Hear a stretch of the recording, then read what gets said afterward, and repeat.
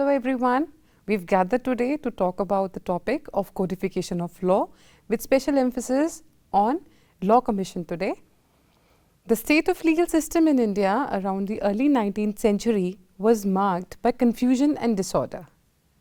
There was a divergence in law between the presidency towns and the mufsils, and even within the presidency towns, uniformity was lacking due to variations introduced by judicial decisions. Additionally, individuals from non-Hindu and non-Muslim communities were subject to different legal provisions based on whether they reside in mufsil or a presidency town. Consequently, the legal framework was characterized by uncertainty, incoherence, and a lack of consistency. Recognizing the urgent need to improve the legal system in India, it was acknowledged that the absence of legal code meant a deficiency in justice. As a result, the process of codification was initiated with the aim of articulating the law in clear, certain, and definitive language. The pursuit of codification was deemed essential for achieving legal uniformity across the country, and the Charter Act of 1833 marked the commencement of this codification process. During the renewal of Charter in 1883, before the English Parliament, Macaulay passionately advocated the codification of Indian law. He asserted, "No country ever stood so much in need of codification as India, and I believe that there was never a country in which this want might be so easily supplied." Macaulay further elucidated the fundamental principle underpinning the proposed codification: uniformity where you can have it, diversity where you must have it, but in all cases, certainty. Now let's look at the nuances of the Charter Act of 1833. The Charter Act of 1833, attributed to the collaborative efforts of James Mill and Macaulay, aimed to establish a uniform and codified legal system in India. The legislative enactment introduced significant provisions in three key directions. The first being creation of an all India legislature. The Act instituted a singular, all-encompassing legislature for India situated in Calcutta, comprising the Governor General and 4 members, including a law member. This council yielded legislative authority across the entire country. Empowered to enact laws pertaining to the company's Indian territories, the council held the authority to repeal, amend or alter any existing law or regulations in force throughout India. Furthermore, it possessed the jurisdiction to formulate laws applicable to all individuals regardless of their British, native or other status. Second, establishment of a law member. With the withdrawal of the Supreme Court from the legislative domain, the role of the law member emerged as a collaborator with the Governor General and councillors, contributing to the legislative process. However, the law member did not hold a veto over legislation. Even in instances where the law member disagreed with the law or was absent during its formulation, the law would remain valid. Third, introduction of Law Commission. Section 53 of the Act stipulated the establishment of a Law Commission in India, tasked with providing counsel to the newly formed Legislative Council on legal matters. The policy outlined in Section 53 emphasized the establishment of a general system of laws applicable universally to all classes of inhabitants, considering the rights, sentiments and distinctive practices of the people. It further understood the need to ascertain, consolidated and amend all laws and customs possessing the force of law in India. The Governor General in Council was authorized by this section to appoint a law commission comprising no more than 5 members at a time. Section 53 is recognized as the legislative mainspring of law reforms in India concerning policy, although principles and ideas were yet to be fully developed. The primary objective of the Law Commission was envisaged as the formulation of a common and uniform legal framework for India, catering to the diverse needs of the population while maintaining consistency. Now, talking about the first Law Commission, in line with the authority granted by Section 53 of the Charter of 1833, the first Law Commission was established in India in 1834. This commission, chaired by Lord T. B. Macaulay, comprised 4 members: C. H. Cameron, J. M. MacLeod, G. W. Anderson and F. Millett, with the first 3 representing Madras, Bombay and Calcutta respectively, operating under the governance of the Governor-General in Council. The Commission's tasks were determined by the Council, focusing on the codification of penal laws, the formulation of laws applicable to non-Hindus and non-Muslims, known as the Lex Loci report, and the codification of civil and criminal procedural laws. Discussing about the codification of penal laws as the draft penal code, in response to the unsatisfactory state of criminal justice administration, the Commission was directed to initiate the codification process. The Commission members, including Lord Macaulay, drafted a penal code submitted to the Governor-General, Lord Auckland, on May 20th, 1837. Despite its creation, the code awaited enactment until 1860 due to challenges such as the unclear substantive civil law and procedural law and the illness of 2 members, leaving Macaulay to oversee the work. This draft, commonly known as the Macaulay's Code, became a law in 1860, enduring as the basis for administering criminal justice in the country. Looking at the Lex Loci report, addressing the uncertainty surrounding substantive civil law applicable to Christians, Anglo-Indians and Armenians, particularly in Mufsil areas, the Commission focused on the issue in 1837. After careful study, the Commission, chaired by Andrew Amos, presented its report on October 31st, 1840. The report recommended passing an act designating the substantive law of England as the Lex Loci for non-Hindus and non-Muslims in Mufsil areas, with certain restrictions to ensure suitability to Indian conditions.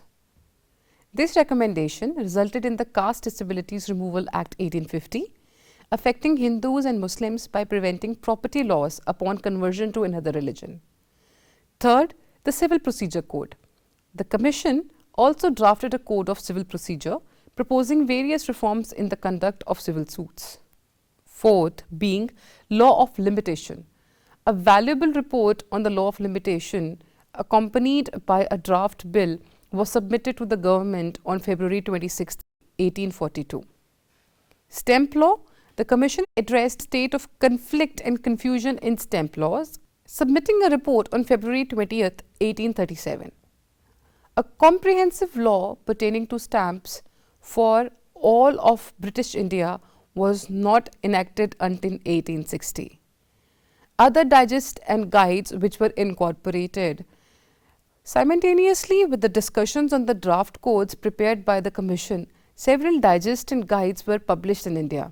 The multifaceted efforts of the first Law Commission marked a pivotal phase in the legal history of India, contributing significantly to the codification and reform of various branches of law. The Second Law Commission. The appointment of the Second Law Commission in England in 1853 marked the inclusion of prominent lawyers from England, along with individuals possessing thorough knowledge of Indian laws and those who were closely associated with the First Law Commission's work. The Commission's mandate was to review and assess the recommendations made by the First Law Commission. Considering the reforms of Indian judicial establishments, judicial procedures and laws. 2 reports were subsequently submitted by the Commission, with the first addressing judicial reforms and the second focusing on the legal reforms. The recommendations made for legal reforms included: number 1, the necessity for a comprehensive civil law applicable to the entire country; number 2, the proposal to base this law on English legal principles; thirdly, the suggestion not to codify the personal laws of Hindus and Muslims; fourthly, the recognition of the need for exceptions to the general law for specific classes of individuals or particular districts or places. In a sense, the Commission advocated the adoption of a universal and consistent codified law rooted in English legal traditions but allowing for specific exceptions. It laid down fundamental principles and policies to guide the future codification work in India. The impact of the Second Law Commission's recommendations materialized with the enactment of significant legal codes, including the Civil Procedure Code of 1859, Indian Penal Code of 1860, Criminal Procedure Code of 1861, and the Limitations Act of 1859. These legislative acts represented a substantial leap forward for the prevailing procedural laws. Importantly, they were made applicable to all individuals without distinction. The Third Law Commission, established in 1861, the formation of the Third Commission stands out as a crucial milestone in the codification process of Indian law. According to Rankin, the advent of Third Law Commission marked the initiation of the drafting process, can be viewed as the conclusion of the policy discussions, signalling the closing of a chapter in British Indian history titled "The Codes Are Coming." Given that the policies codified by the Second Law Commission had already gained acceptance from the government, the Third Law Commission played a pivotal role by crafting drafts for various codes across its 7 reports. However, due to disagreements with the government, the Commission resigned in 1870. Nevertheless, before its resignation, it contributed significantly to the legislative landscape, leading to the enactment of acts such as Companies Act 1856, the General Clauses Act 1868, the Indian Succession Act 1865, the Divorce Act 1869, the Indian Contract Act 1872, and the Indian Evidence Act 1872. Fourth Law Commission. Although numerous branches of law had undergone codification, there remained some uncodified laws. In 1875, Lord Salisbury, the Secretary of State for India, highlighted the pressing need for another law commission. Responding to his proposal in 1877, the Government of India entrusted Dr. Whitley Stokes with the task of preparing bills addressing private trust, easement, illuvian and delusion, masters and servant, negotiable instruments, and the Transfer of Property Act. These bills were referred to the Fourth Law Commission on February 11, 1879 for examination and reporting. In its sole report submitted on November 15, 1879, the Fourth Law Commission made the following recommendations. Number 1, the ongoing process of codifying substantive law should persist. Secondly, English law should serve as the foundation for the future codes in India with a need for its restructuring. Thirdly, the ultimate amalgamation of various divisions into a single comprehensive code should be kept in mind. Next, codification of the law of actionable wrong is advisable. While striving for legislative uniformity, due respect should be given to local and special customs. They also added, in restructuring English material, consideration should be given to native habits and modes of thought. To the form and content of codes should be broad, simple, and easily understandable. The legislature should subsequently address the entire spectrum of property law. The existing law of persons should not be expanded presently through codification except for extending the operation of the European British Minors Act 1874. It was also added that preparation should be made for the systematic chapter on interpretation. Laws concerning private trusts, easement, illuvian and delusion, master and servant, negotiable instruments, and the Transfer of Property Act should be codified with the already prepared bills passing into law subjects to suggested amendments.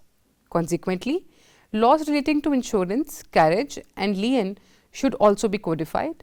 As a result of these recommendations, the Legislative Council of India passed codes related to Negotiable Instruments Act in 1881 and those related to trust, transfer of property and easement in 1882. However, the law of civil wrongs, that is torts, was not codified. Despite the preparation of the Indian Civil Wrongs Bill, leaving this area largely governed by the English law, the Fourth Law Commission marked the conclusion of the phase of law commission during the British period with no further appointment in this regards. If we look at the evaluation, the nature of law is inherently dynamic, undergoing continuous evolution in response to socio-economic changes in human society. As observed by Maine, the progressive nature of a human society is mirrored in the ongoing growth of law even post-codification. In a country with codified laws, periodic review, revision and reenactment became imperative to ensure their continued relevance and alignment with contemporary social changes. The establishment of Law Commission in India began in 1956 with the formulation of the first Law Commission, comprising 7 members with M.C. Setalwad serving as its chairman. The commission was assigned 2 primary objectives. First, it was tasked with the comprehensive evaluation of judicial administration system, aiming to recommend improvements for enhanced efficiency, speed and cost effectiveness. Secondly, the commission was to scrutinize central acts and propose amendments, revisions, consolidations or updates. Addressing the first objective involved an inquiry into various aspects, including the operations of law, to eliminate unnecessary legislations, delays and expenses. Matters such as organization of courts, recruitments of the judiciary and the standard of the bar and legal education were also examined. For the second objective, the commission aimed at simplifying laws, identifying provisions inconsistent with the constitution, suggesting alterations or omissions, resolving ambiguities from conflicting High Court decisions, consolidating acts and proposing modifications to implement the directive principles of state policy. In a total of 14 reports, the commission addressed topics such as tortious liability of the government, limitation, registration, income tax and contract acts. The 14th report, particularly noteworthy, focused on the reforms of judicial administration. The commission emphasized the need to adapt and inherit the legal system from the British to better suit Indian needs. It recommended Hindi as the common language for the legal work nationwide, with regional languages employed at district and lower courts level.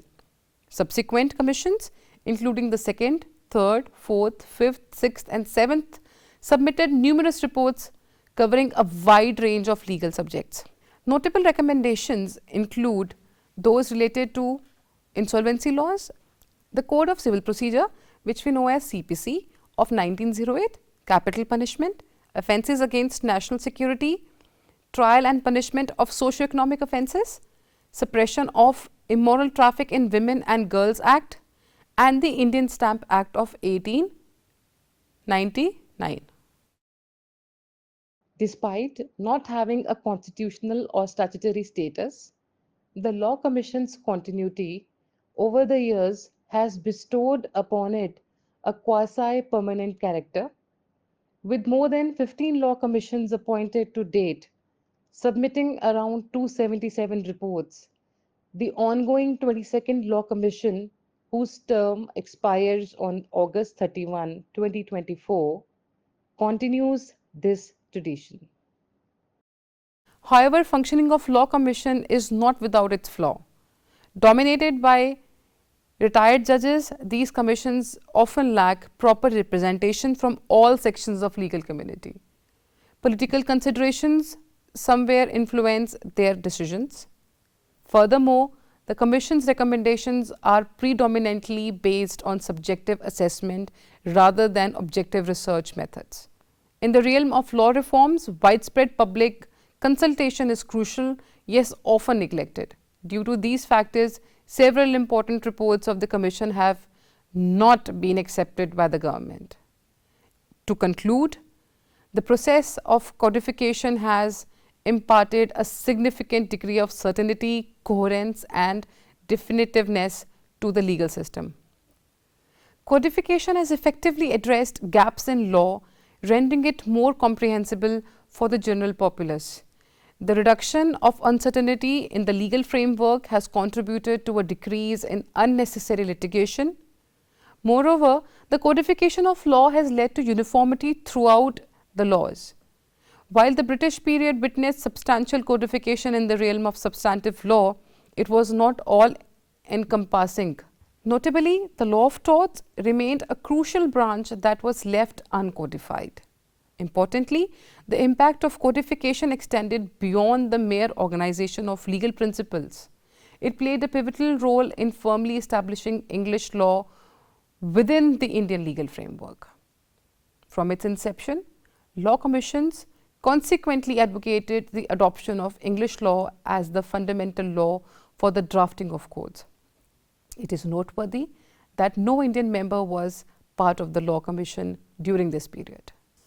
Consequently, English law became intricately woven into the fabric of Indian law, making an assimilation that continues to shape the legal landscape of the country. Thank you so much for being with me today in this lecture. Hope to see you again. Thank you.